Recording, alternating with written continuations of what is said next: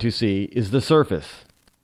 That we're not going to dig deeper and find, people down the line who really should not have input into what Whole Foods is doing. Who cares? Who cares? They should not have any input into what Whole Foods does because they don't work for Whole Foods. It doesn't even matter if they shop there. They're getting their product or service and they're walking out the store after exchanging, their money. It's none of their business. Whole Foods is a private entity. And for them to be upset, and then for Whole Foods to try to hide it by covering it up and removing posts is just silly because it really means that they fully know who their market is and what their market is likely to do and how they're likely to react. That's the sad part. When you look beyond the surface, you'll find the sad. The sad. Here's another story. Rise, and this is a Daily Mail article, rise of birth tourism.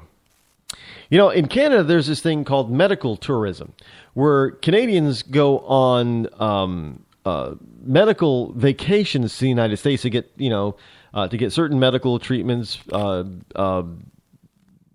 visits, what have you, from U.S. doctors that they cannot get in Canada. So they have this thing called medical vacations, and people plan their vacation with a travel agent who specializes in this type of thing. And they help people, go to the right city and then get the appointment with the right physicians and other healthcare providers that they need. And then they book the travel and get the hotels and things like that. That's what that's all about. That's medical tourism out of Canada. Now, here there's something called birth tourism.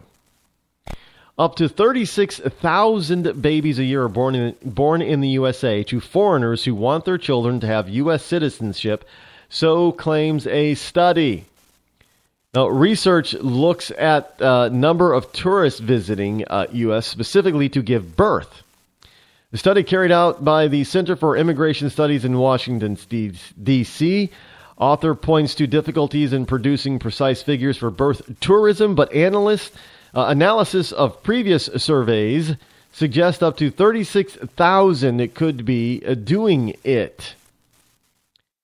36,000. Well, we already know that we're on a negative birth rate swing anyway. Up to 36,000 babies a year are born in America to foreign tourists who want their children to have U.S. citizenship. So claim researchers. The Center for Immigration Studies, based in Washington, D.C., produced the estimate figure, but highlighted the difficulty in finding data related specifically to birth tourism.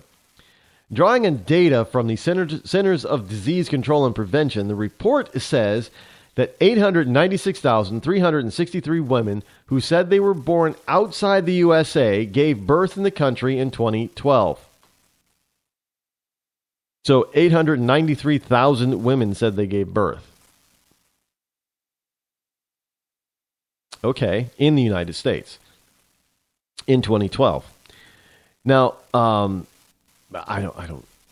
that's a lot of people actually, but the author reports Stephen Camarata added, if only 2 or 3% of these births were to women who are engaging in birth tourism, that would be 18 to 27,000 births annually, while this number would be less than 1% of the total, roughly 4 million annual births in the United States. The aggregated number of childbirth tourist babies would still be large, especially considering the cumulative effect over a number of years. Birth tourism. Yeah, so folks, that is one thing that we do have to change, is this notion that if your child is born here, he or she becomes an American citizen automatically. No, it needs to be changed so that if your child is born here, then it isn't automatic citizenship, and that you have to apply for citizenship like anybody else who comes from outside the country. Plain and simple. I don't know why we would think that would be different. Oh yeah, this is called, they're called anchor babies. Anchors away, my baby, anchors away, because they're locking. The anchor baby basically gets, even though the baby doesn't stay in the United States, the anchor baby's there so that the parents have something that will allow them back in the country without having to go through the proper channels. Because, hey, look, my kid, he's American citizen. Yes, he is. He's American citizen. Here's the paper, his birth certificate. He's American citizen. I'm his mama, and this is his pa. And we gonna come across this border because my son has a right to be here, but he has to be with a parent guardian, and we it. So this is how it works, and this is how people get in, and this is also by continued design. Now, the left could have done something about this long ago, and they decided not to. Because, for the most part, they like it. Because it brings more people into the country that are most likely going to vote Democratic. Plain and simple. I mean, do people miss that one?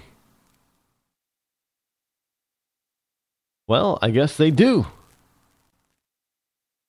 In a way, they do. Well, it's not really in a way. They actually just miss it. They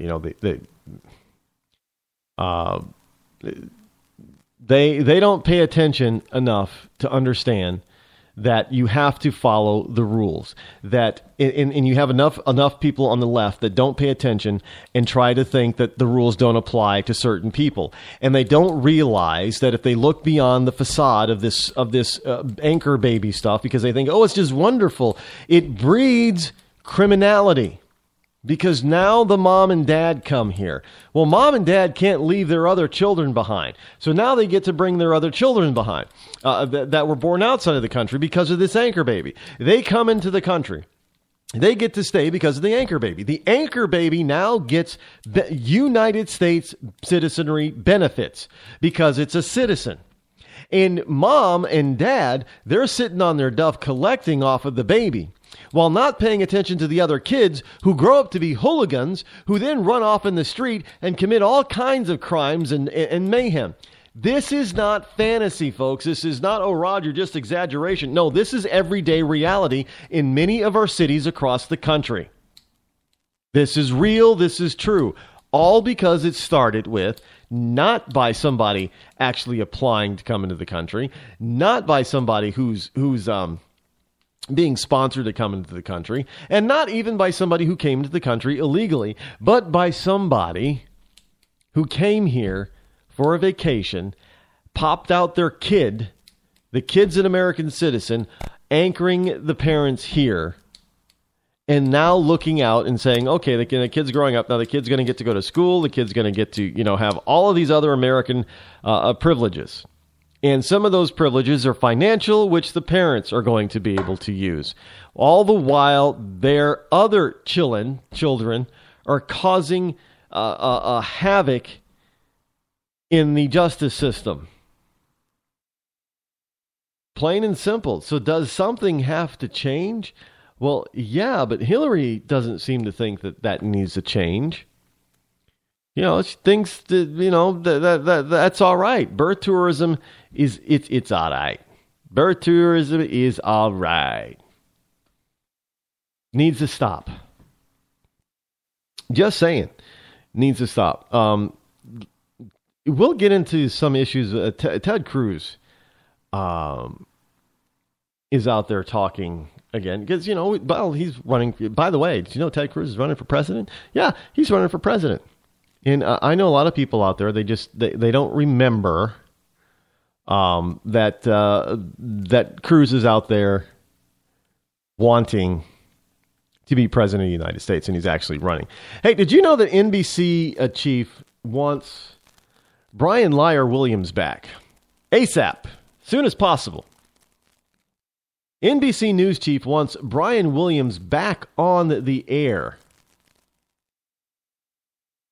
That's right. This guy, he lied. He admitted that he lied.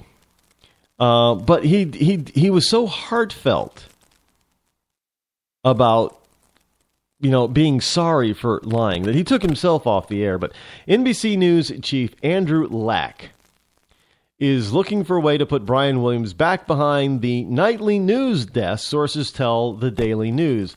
And Williams has told Confidence he won't leave the network unless he's fired. And Andy believes viewers want Williams, back, the source said. The feeling is that Williams' problem seems to be more the media and other reporters than his viewers. Now, if Andy can figure out a way to get him back on the air, he will do it. Lack, a longtime Williams pal, returned to NBC in early March, and as chairman of NBC News will have the final say over the anchor's fate. He and Williams go way back, long way back. He served as the president of the news division from 93 to 2003 and had a hand in positioning Williams for the nightly news position in the first place. So do you think that he's going to want to get rid of his buddy? I don't think he's going to want to get rid of his buddy. He doesn't want to get rid of his buddy at all.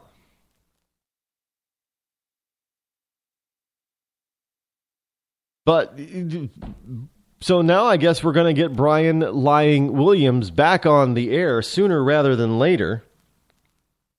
And, it is what it is, I suppose. But it ain't what it ain't. And it's probably not what it probably should be. But that's Brian Williams. Look, I find it amazing that you can actually admit to really telling a big whopper on the air and getting away with it. Telling big whoppers who knows how many news stories the man fudged, but telling whoppers about himself, about certain stories, in certain interviews that he's done. And now we're just supposed to say, well, he's been punished enough. He's been suspended. He's like been on vacation. And so now we're just supposed to welcome him back with open arms and say, Brian, we know that you didn't mean to lie to us. We know, Brian, that you didn't mean to lie to us. We know it, we know it, we know it. And we know that you'll only tell the truth from here on in because you've learned your lesson and that you will never lie ever, ever, ever again to any of us. Well, maybe to your wife, but never to the rest of the people. Never to your listeners. Never to anyone else would you ever, ever, ever lie. And we're so sorry that you felt that you had to lie because we know those Republicans are big, bad, evil people that just force people to make stuff up. We know the problems and we're trying to get rid of those problems, Brian. But you have to come back to us, Brian. You have to come back on the air, Brian. We miss your eruditeness, Brian. We need you on the air, Brian. Because liberals need a good liberal, Brian. And you're a fantastic liberal, Brian. And you will always be one of our favorite liberals, Brian. So, Brian, please convince your boss to bring you back onto the airwaves, where we can listen to you tell the truth from here to eternity. Gag me. This is what we're trying to, this is what the news is nowadays, folks. It isn't about the truth. It's about the facade. It's, maybe Brian Williams looks good. I don't know. That facade, those puppy dog eyes, he's telling the truth, man. That's the facade. That's on the surface. There is no depth to this guy either. Hell, you knew he was going to come back because NBC didn't do what they should have done in the first place. It's called being fired.